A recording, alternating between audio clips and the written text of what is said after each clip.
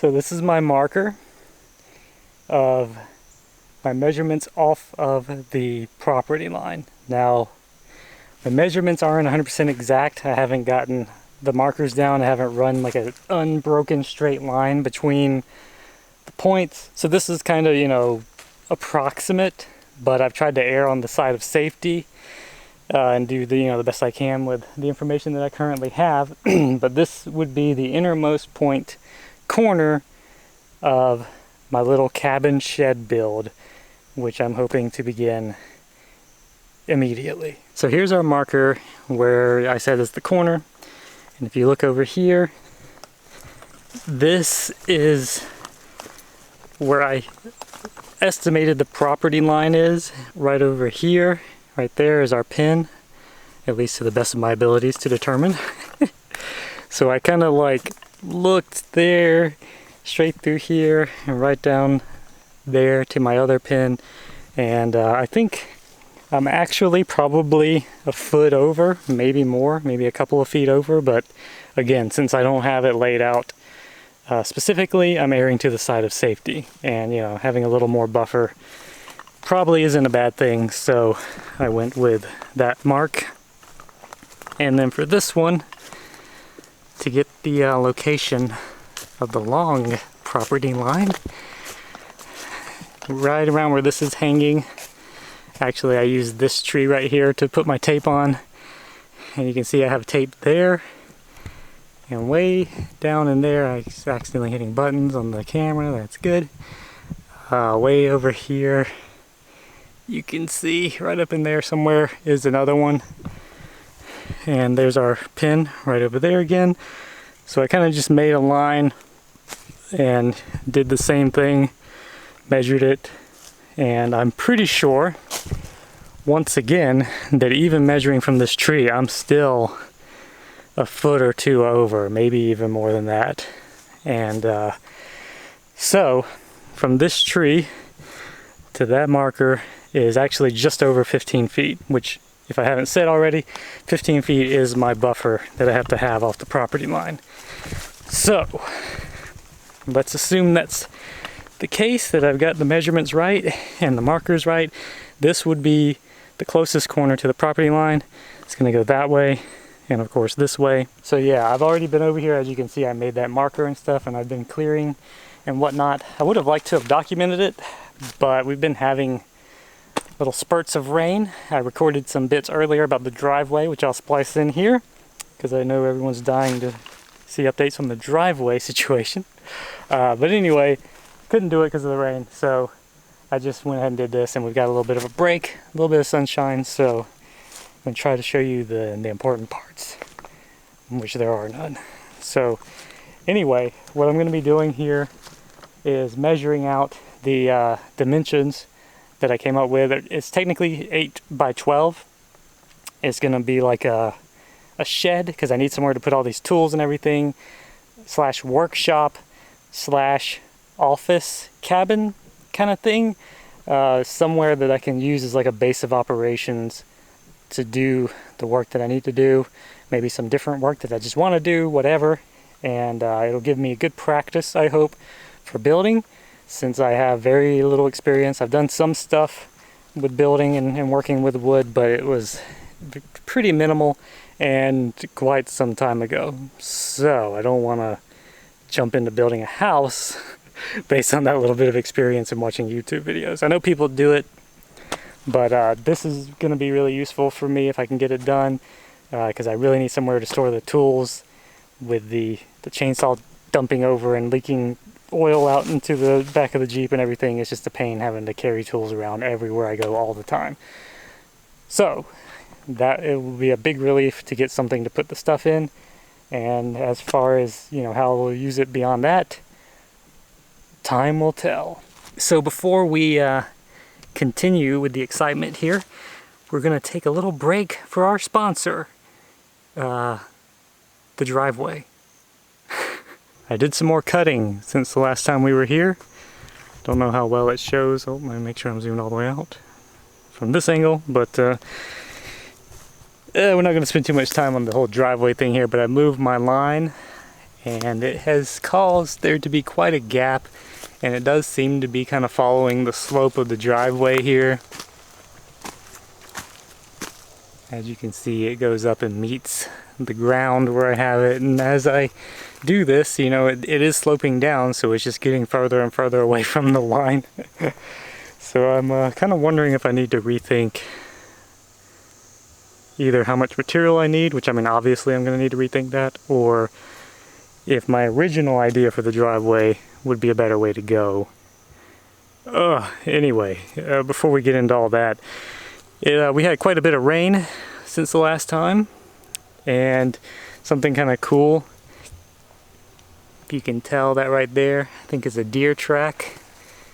They've been trampling through my hard work here. Over here you can see, right there's one. I don't know how well it shows on camera, but anyway, they're walking up and down my driveway. I guess they determined it was a little bit less steep than the sides, so that's what they're up to. There's another one there. And it comes all the way up to the top here next to where I typically park and just goes in the dirt across there. The weather didn't report rain until 5, and it's not even 1 o'clock yet. Well, I've been looking at this a bit, and I'm still not sure what to do. You know, like when I first checked out this property, my idea was to go in at an angle with the driveway because there's a bit of a flat area, or not flat, but you know, a little bit more level than just like this, or at least similar. But then, you know, when I got to looking at it, I was like, well, maybe you could just go in straight. And the idea of maybe putting the house back in there was part of that and everything, but I'm kind of wondering if, you know, I took my measurements from where the property line is, but it might actually be from the road, and if so, you could actually build the house closer. So that's something I got to look into. But if that were the case, then I'm kind of messing up by putting the driveway all the way into here, possibly, especially with the grade that I've got. If I want it to be less steep, then that's putting us way over there. And so I was revisiting this idea and kind of just wondering, due to the steepness of this, you know, you could dig out a lot of this hump here, and you're going downhill, so you'll be actually digging out more soil as you go, and then you have this soil. Unfortunately, I would have to move a lot of it over, but I kind of wonder if it would be less material to go that way. If it sounds like I don't know what I'm talking about, you would be right. So let's just take a little step down here real quick. You know, I didn't want to spend a whole bunch of time on the driveway stuff. I'm ready to move on to other things at the moment, and here we are, reanalyzing the driveway. Where we're coming off of our line here, and it's coming down here, and once again we've got probably a foot or something from the line down to the ground there. And if you went this way, you're definitely going to have more of a build up on this far end. I measured about from, you know, my little stick anchor there with my lines to this little bit. That line right there is about 9 feet, which is the width of the driveway. So I wonder if that means, like, you know, brushing this material this way and then not having to go so far down, you're going to have more of a steep bank, or, you know, maybe it's not steep, but you're going to have, you know, a drop off here, a slope that comes up to the level driveway, and it might require less material and be less slope. I don't know. I know it's hard to judge by the video and with my poor explanation, but, you know, anyone smarter than me, feel free to chime in.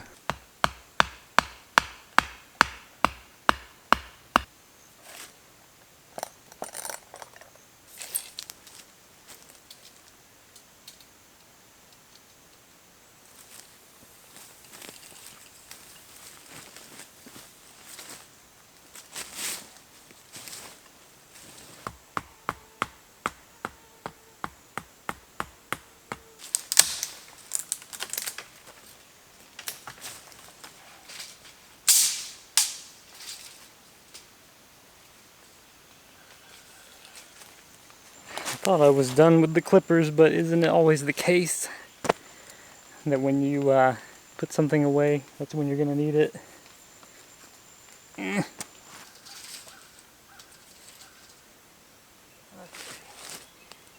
Something like that. Now bear in mind, these are not like permanent markers. I'm just I'm just trying to mark it so I can see the layout of like how big it would be and where it would sit, and determine like placement and all that kind of stuff.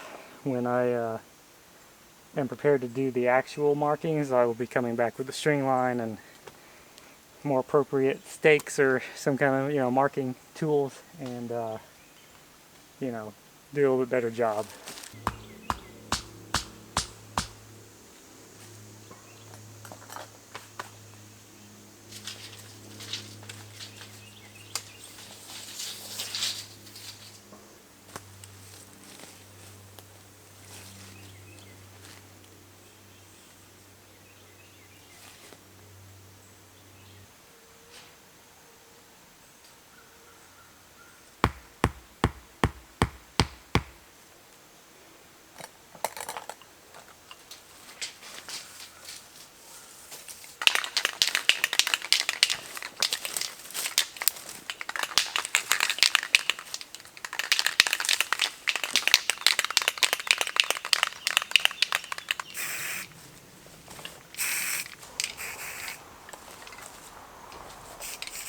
Alright, so here's the original marker, number 1. You got that marker, number 2, number 3, right there, and then our last one, right here.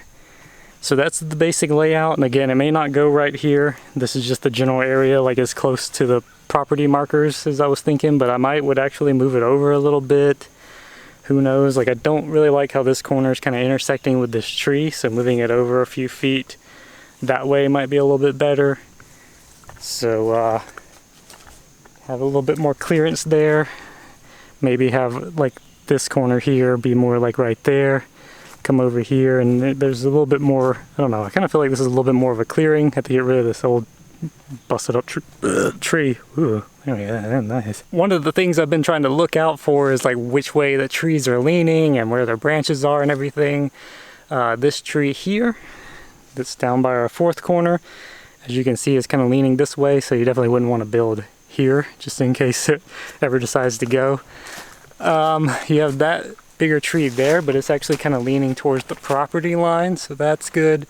And this biggest tree here, most of its limbs seem to be going opposite as well, so opposite of where I would build. So hopefully, you know, it is reasonable that this is a good spot to build in terms of tree locations and everything else. Now the only thing is, this is way on, like if any of you watched the previous videos, that is like the backmost corner of the lot.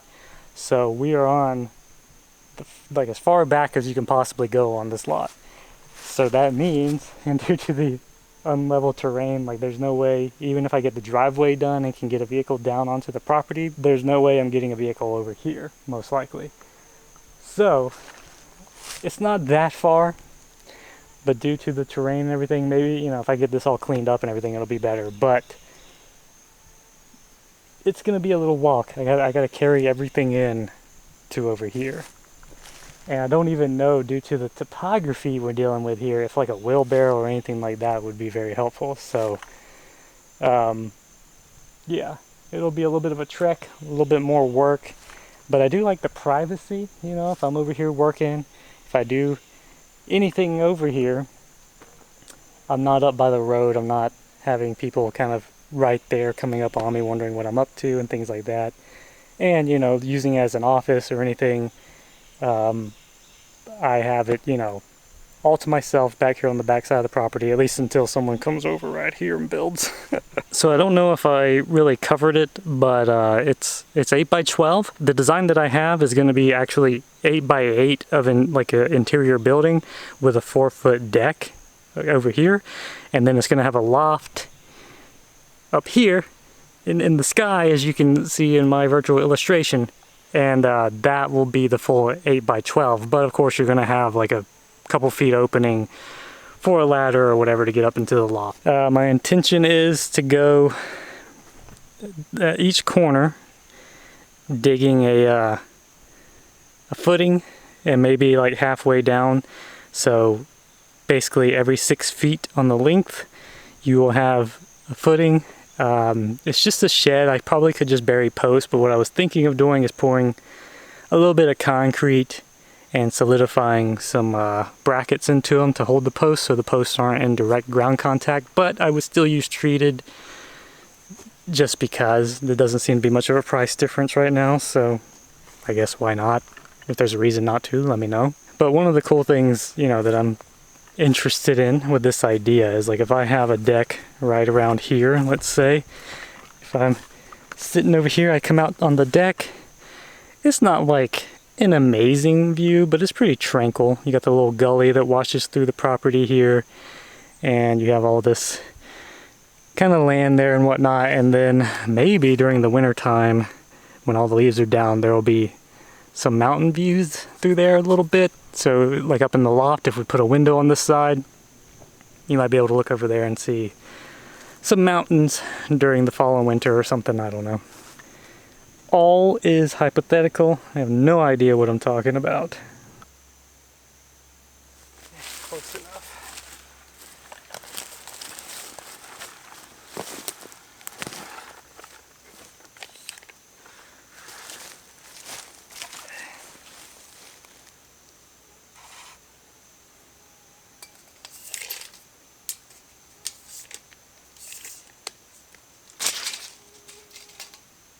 So what I was measuring there is the difference in elevation.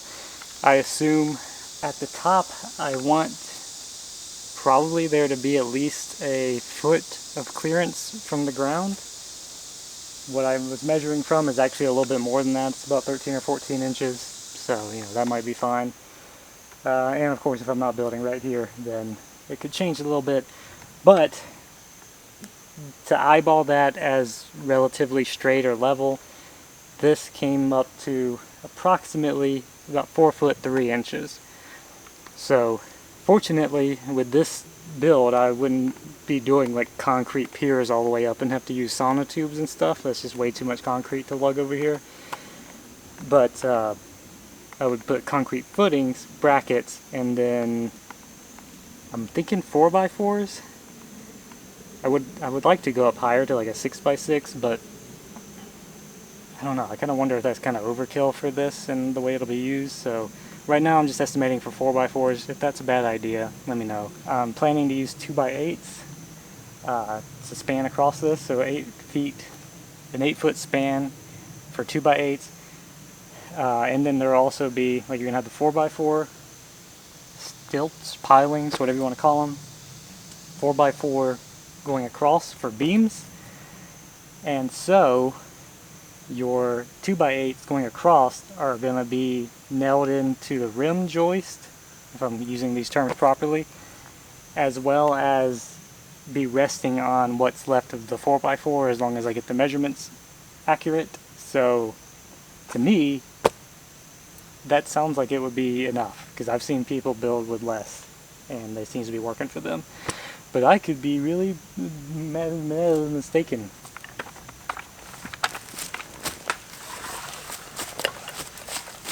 So if you had to go up 4 feet there, maybe about 2 feet there, and then a foot there, is that how that works out? Well, I'm not really sure what else I can do at the moment. I've got to get, what is it I got to get? I need stuff.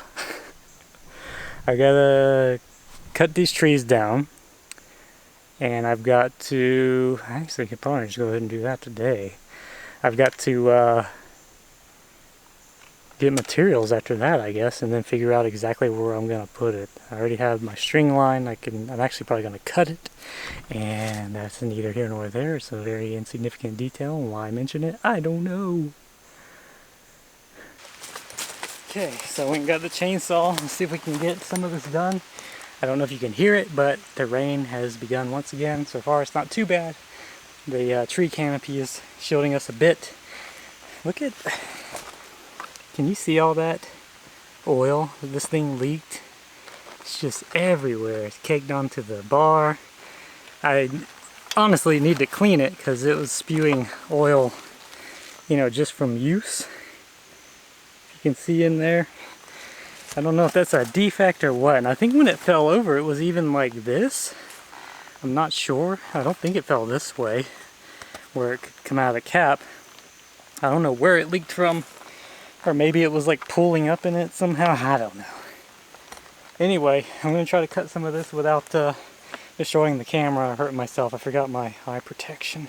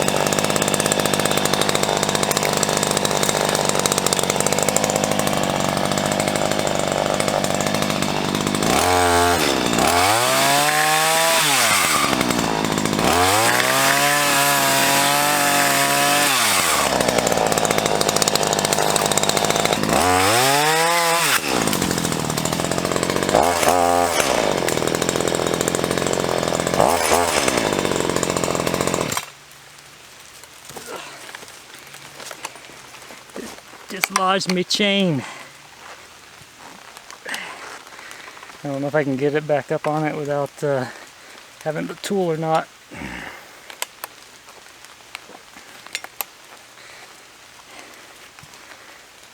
Scheiße. It's continuing to rain. You can see what I'm trying to do here. If I can, I'll show you what it looks like afterwards if I can actually come back and finish the job today. But yeah, I'm going to take the camera and put it away. Well, I don't think we're going to be doing a whole lot more today. It started raining pretty heavy when I was on my way back, and I hung out under the trees for a bit hoping it would slack off, and it just didn't get anything but worse. And it seems to be slowing down now, but I heard some thunder, so it's just like the chain slipped off of the saw because I cut the tree the wrong way again, and I slipped on the clay on the way up. My gloves fell out of my pocket and got soaked. And the camera doesn't want to sit still. Whoa, what am I doing? Okay, don't move. Hopefully I got everything. You know, it's kind of, God, I keep thinking it's falling. I was kind of distracted, alright? And kind of messed me up on remembering everything I took out there. As far as I know, I got everything. We're going to call it here. I'll show you the 3D schematic, whatever camera, that I made of the build, and we'll call that a video. So thanks for joining me on this sort of part 0 of what will hopefully be the cabin shed build. Oh yeah, something I forgot to mention is I did go ahead and get the building permit, so that's taken care of. We are actually set to just go ahead and start building. So this is the furthest progress we've made so far, and hopefully it'll pan out. Fingers crossed.